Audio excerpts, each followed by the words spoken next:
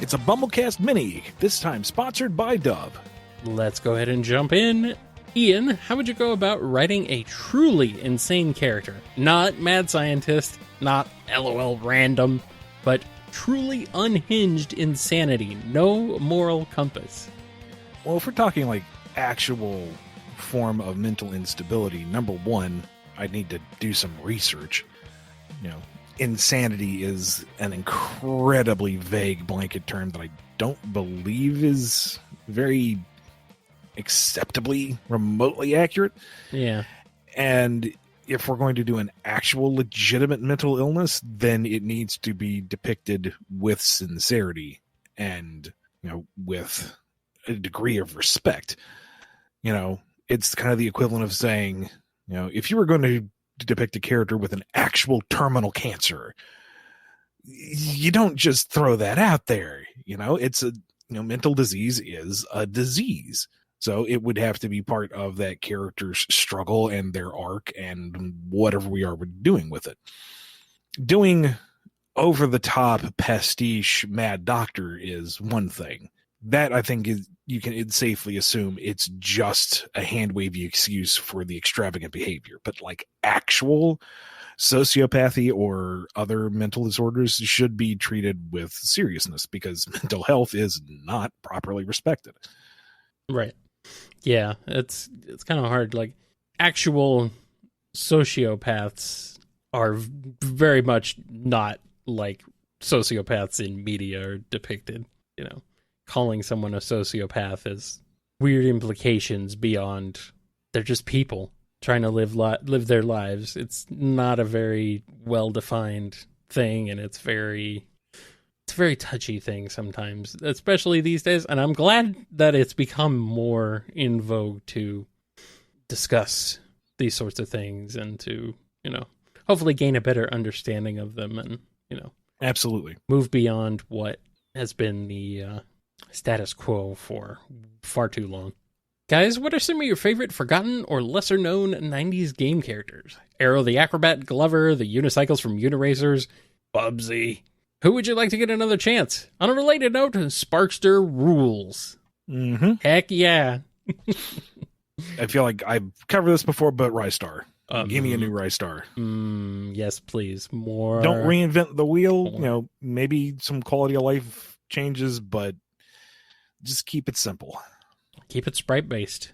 Do a modern sprite-based. Like, I don't know, man. Do like a Sonic Mania-esque Rystar where it's just classic Rystar, but just amped up to 11. Like, what if Rystar were on the Sega Saturn? If there were a Rystar sequel? Heck yeah. Give me that. On my list, I also put Bonk from Bonk's Adventure. Gotta revive Bonk at some point. Maybe after Konami sells all the Hudson properties. We can only hope that'll be soon. Because, nothing. Konami should have nothing at this point. Konami needs to sell off all its properties and go away. And Blinks. Blinks is kind of a meme at this point. But Blinks the Time Sweeper, the Xbox original platform. But it's not a bad little game. And it's kind of sad that it got overshadowed by the other platformers at the time. And I know Blinks is technically early 2000s, but whatever. It's kind of in the same vein. So, yeah, I'd like to see Blinks make a comeback. And good old Parappa. We have not had a Parappa game in forever. I don't know what's up with that. It's right there. It's primed and ready. I'm ready for another Parappa game. Come on. Give me that. Just code it and ship it and put it on the shelf. Just code it and ship it and put it on the shelf. How hard could it be? What if Tails had been saved from the bullies by Eggman or one of his robots and followed him instead of Sonic? How would he have turned out? We're going to assume here that Eggman took a shine to Tails being kind of weird with his double tails and didn't immediately turn him into a robot. I would imagine Tails's natural affinity for machinery would have flourished sooner. maybe he would have been a little bit of a jerk, bad role models and whatnot. But I think deep down he's a good person. So he would have his eventual face turn and turn on Eggman. Yeah, I think so. I think he realized that something was amiss. Things were going a little bit too far. So, yeah, I think so. I agree with you there. Be funny, though, if in that context he saw the bad side of Sonic and, maybe he turns on Eggman, but never quite gets over that bad interaction with Sonic. And so they never actually team up and they're kind of at odds. Rivals, maybe. That might have been a neat twist on the formula. Yeah. Be interesting. Was the metal virus truly destroyed? Any plans to revisit it? I can still see a few interesting paths to go down with it, some even lasting long term.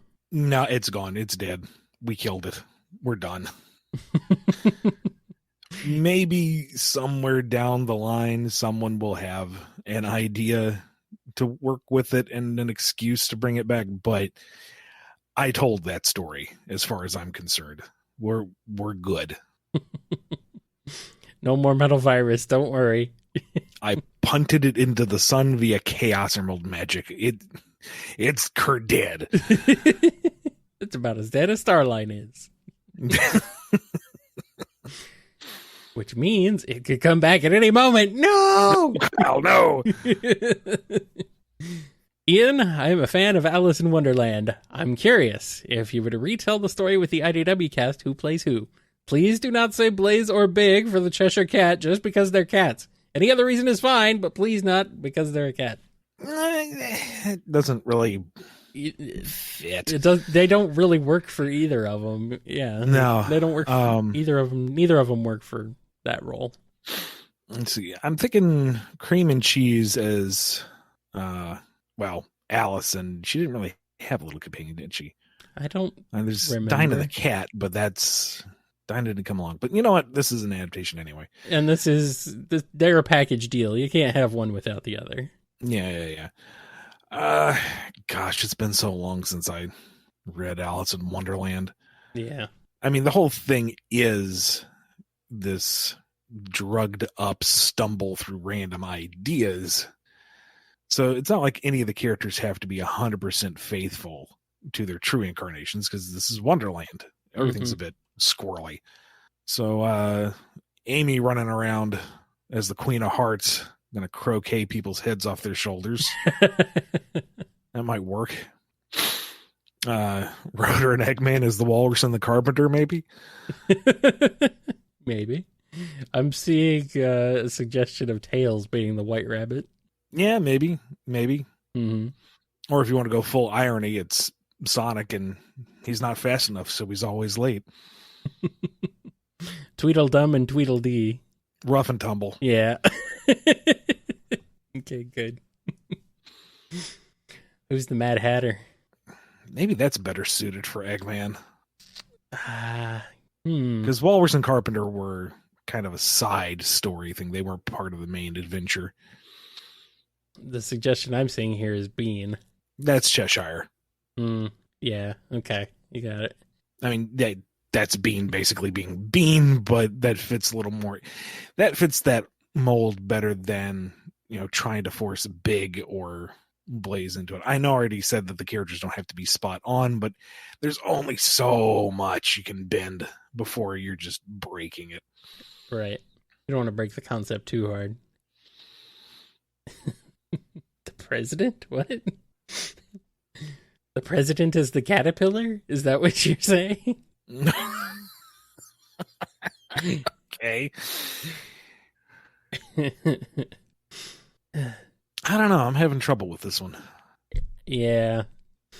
I am not nearly enough familiar with Alice in Wonderland to go super in depth on this, but I like some of those castings. I think they could work. What kind of monsters do they talk about in the creepypastas of Drogoon? What are the boogeymen of that world? Are the stories true? Every realm has its cryptid, some kind of creature that's said to exist on the fringes or to have once been a menace long ago and surely those are all just stories, or they're long gone. And no, they're not. They're absolutely there. And this is a fantasy world. Of course, the fantastical stuff is going to be real in the fantasy world. There are gremlins that lurk beneath the vast fungal fields of Enchantiheim. There are ape men in the mountains of Humaheim. There are things lurking in the deep dark of Nurmenheim. There's stuff on the fringes, and don't even get me started on what lurks in the ether. Everyone knows you don't linger in the ether, because what lives there is tortured and twisted and hates everything that comes into their domain. Oh dear.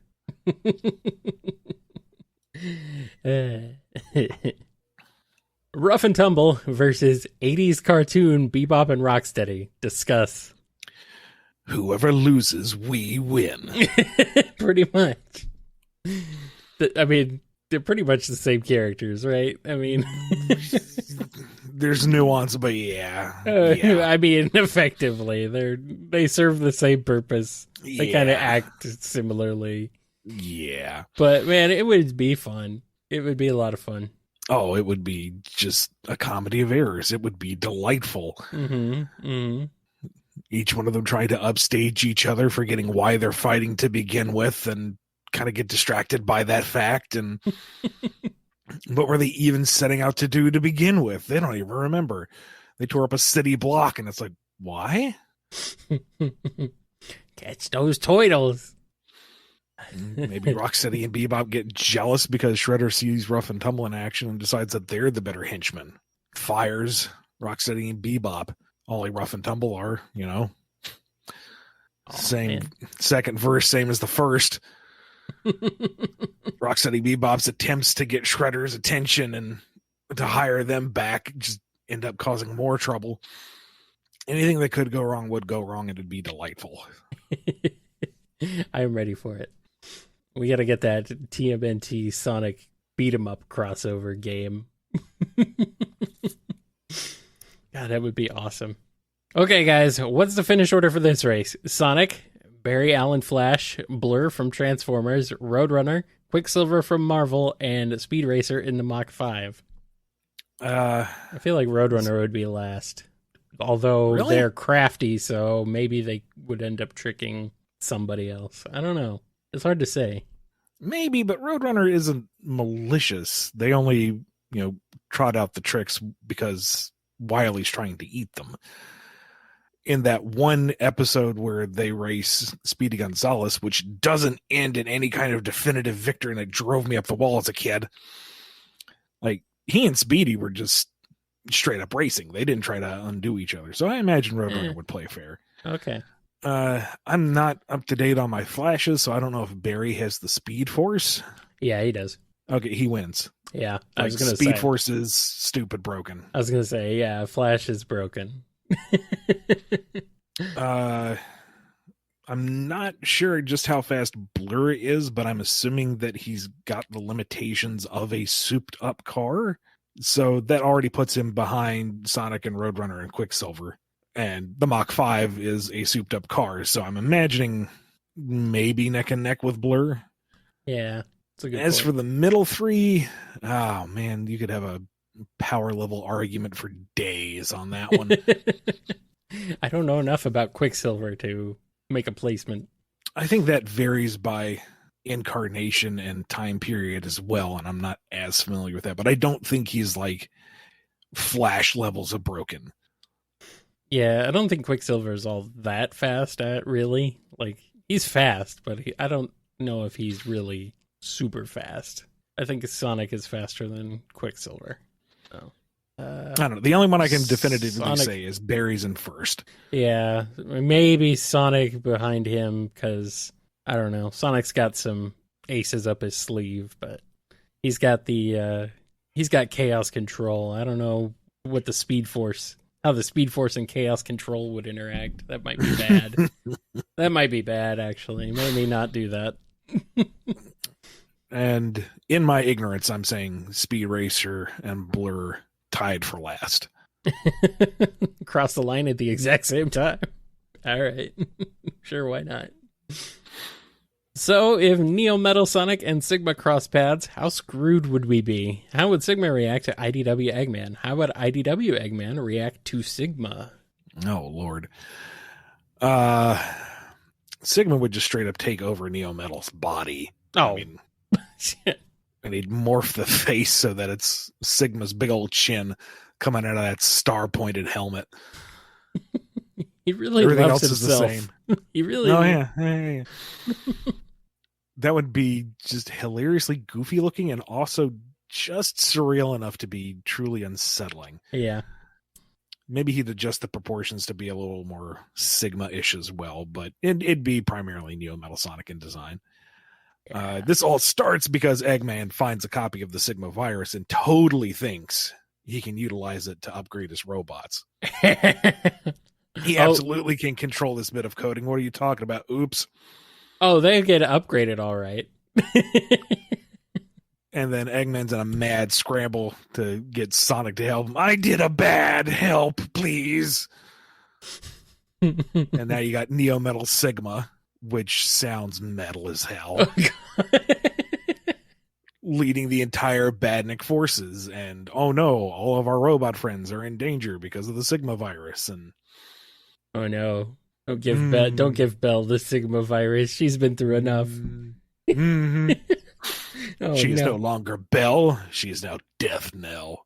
Oh no. That's not for whom the bell tolls. She tolls for thee. Would he probably be even able to infect Surgeon Kit? Oof. To a degree. I don't know. Have we ever really seen true cybernetics in X's world? It's always been Reploids, like fully synthetic beings. Yeah, we don't have that I know of. We don't have an analog. It'd be a to question that, really. if there's any kind of software running their cybernetics. Probably. Because if there isn't, if it's still their own neural motor controls, then I think they should be safe. Yeah. Well, ZX, which is like 200, 300 years beyond Mega Man X, there are Reploids and humans are nearly indistinguishable. So yeah, but by then the Sigma virus has been. But yeah, by eliminated. then there is no Sigma virus then either. So it's like, what? How does this apply? They don't really apply. I don't know. I'm still stuck on Neo Metal Sigma. That looks freaking badass in my head. I wish this was real now. Yes. I'm ready. If Amy did a paranormal investigation and urban exploration show, what former zones would she visit? Would her Pumpkin Hill video be her top-rated egg tube video? What evidence would she find? Would she spot that skeleton leaning around the door in Mystic Mansion? Like any of the industrial stages. Go back to Scrap Brain Zone after it's been abandoned. Chemical plant. Is Metropolis still running on West Side Island? Stuff like that. And then, of course, the creepy, spoopy things. Go back to Cryptid Castle now that all the Chow have been rescued. And back to Mystic Mansion and all that. With a guest star each and every time. Oh, yeah. Knuckles is there in Pumpkin Hill, of course. It's important. You need him there. Really? You sense a disturbing energy? Yes, I feel it in my feet. Wow. Over there, the crying pumpkin in the alley. The thing is, they've all actually fought ghosts to some degree or another, so it's not like paranormal is that paranormal. They know they exist. They know they're there, and some of them actually had a good time talking to Tikal, so... I mean, it's just a chill out with ghost show then. Hang out with the ghosts. Go say hi to the ghosts. Maybe she goes to Spagonia and hangs out with La. And things are spooky for a while, but then she and La actually meet and they are besties. Yeah. That'd be cute. That'd be fun. Sure. Yeah, that would be good.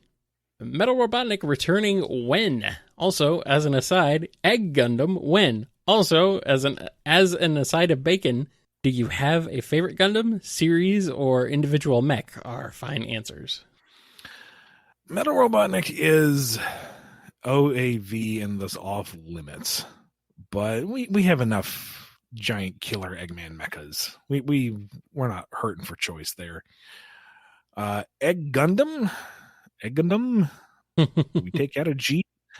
That's a maybe. I mean, the Egg Emperor already is kinda. And if you take the Death Egg robot and you smash it into Wing Gundam, you kind of get Egg Emperor. Effectively, yeah. More or less. As for favorite Gundam series, geez. I was introduced to the franchise with Gundam Wing, so I have a certain affinity for that. But I wouldn't say it's my favorite. My favorite is 08th MS Team. Because it's set in the original Gundam universe where they treat the machines as machines. Like they're actual tools of war that need maintenance and they need pilots and they need support teams. And they are deployed in the theater to be used. They're not just big action figures. And it's freaking gorgeous on top of that. So really, really dig 08th MS Team. And on the complete other end, G Gundam, because it really is just the action figures smashing into each other. It is just unapologetically Dragon Ball Gundam, and I love it. I have no favorite Gundam series because I have never seen any Gundam. I know that might be like sacrilege to some people, sorry, but again, grew up without cable, so a lot of things that were kind of introduced in the 90s and early 2000s I kind of missed. I do have a favorite mech, though. My favorite mecha from Gundam is Big Zam. Oh, hey, it's Big Zam. Because it is big, dumb, and awkward, and I can relate. I mean, I look at it. It looks ridiculous. It's got these little spindly chicken legs, but it has a giant saucer body. It's like, wow, how does this thing work? How is this like the most powerful Gundam? It's Hal's moving Gundam. Because it's just enormous. It's just huge, but it's also like, I don't know. It looks kind of like this looks like one of those big dumb alien walkers from like Half-Life 2 or something. It's like, what is this? Stupid. But, it's relatable. I like it. All right, Sonic just got through the third zone. No big deal, but maybe time to start getting things ready for if that blue pincushion makes it all the way again. So what's the good doctor's routine to get ready for an incoming hedgehog attack? Light meal, some music to get pumped, maybe a relaxing bath? How does Eggman prep? Well, first he's got to apply some Bactine and bandages for all the burns after the last boss mecha got blown up around him. And then he's got to hurry because he's got to get to the end of the next zone and prep that next boss mecha, whatever it is. Does he have it already prepared? Cool. If not, he's got to scramble to design and assemble and deploy that thing before Sonic arrives. I like it. Ian, if you could take any one Sonic character back to zero and reintroduce them or rewrite them from scratch, who would it be and how would you change them? Kyle, anyone you'd like to see written from the ground up? How so? Shadow. I mean, that was kind of the obvious choice, but I went with I know, and you don't have to reinvent too much about him because I feel like the origin with Maria is so intrinsically tied to his origin. Yeah. That much should pretty much stay the same. The Gerald, the creation, the arc, the Hagen. But everything else, the odd and inconsistent chaos powers, the ever-growing repertoire of moves. What about the black arms? The black arms, as much as I enjoy, goofy space alien stuff, that's a bridge too far. And, remove the death cheat, just kind of restructure and refocus him, give him a more defined purpose moving onward. That's very easy to say, all these years down the line with no actual oversight or restrictions. Yeah. But I just feel like he's mired in a bunch of stuff that would just be easier to toss out and start over. I agree, and I was thinking Shadow too, but I came up with another character because I was like, well, maybe Ian's probably going to say Shadow for some reason. And my character would be Julie Sue. Reintroduce her, bring her in proper, have her be just kind of like a badass, no-nonsense sort of character. I would be into it. I would like to see her come back and have her expanded properly and make her a good foil for Knuckles, but not necessarily a romantic one. Just just something else. Go in a direction with her that's different, but also still recognizable. I think I would like to see that. Would you keep the cybernetic high-tech angle? That's a good question. Maybe it might be interesting, but I don't know what backstory that would entail then. Because I mean, is it established that Starline has invented cybernetics? Is that what's going on here? Is he like the...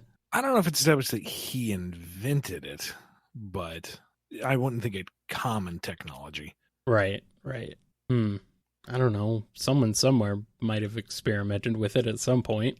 Someone else. I don't know. I'm not a writer. I'll leave that up to the writers to figure out. I don't know. I just think it'd be cool. Who would make a better Starline? Kelsey Grammer, Benedict Cumberbatch, David Tennant, or Malcolm McDowell? Malcolm McDowell, no contest. I mean, I think all of them would do a pretty good job, but... Oh, sure, and I see the reason for any of them, but Malcolm McDowell, come on. Yeah, I mean, Malcolm's on kind of a level above those other guys. Maybe David Tennant could kind of approach him, because, I mean, if you've seen his take on Kilgrave on Jessica Jones, it's pretty monstrous. I think he could embody that pretty well, but... yeah, Malcolm McDowell is... he's very strong. He's a very, very strong pick. And the last question, does Shadow secretly use Chaos Control to mess with people? I know he's stone-faced and stoic, but does he secretly pull pranks? Does Tangle try to goad him into doing it? Does he teleport into egg bases and reverse all the toilet paper rolls so they go under and not over? Does he switch all Tails' metric wrenches with standard? Does he put little hats on Froggy so that Big thinks Froggy likes hats, but Froggy most definitely does not enjoy hats? No, of course not. He never does that. He certainly never used his ability to put pickles back on Silver's cheeseburger after he specifically asked for no pickles. Oh, that's very mean. He absolutely didn't shove Sonic back just an inch so he missed that jump. He absolutely doesn't remove the Master Emerald just long enough for Knuckles to notice and then put it right back and make him start to doubt himself. He is not the reason why Styx is convinced there's some kind of cryptid living in her closet. No.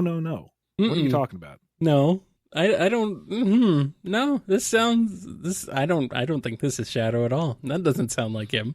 He totally didn't put cellophane over everybody's toilets. No, of course not. No. Why would he do that? He's Shadow. He's too busy brooding over there. Don't mess with him. Yep. And Shadow has decided that the end of this episode is now. Alrighty. Thank you, Dove, for sponsoring this BumbleKast Mini. If you want to get your own, become a $25 patron over at patreon.com/BumbleKast, Ko-fi.com/BumbleKast, or become a YouTube member. Alrighty. See you later.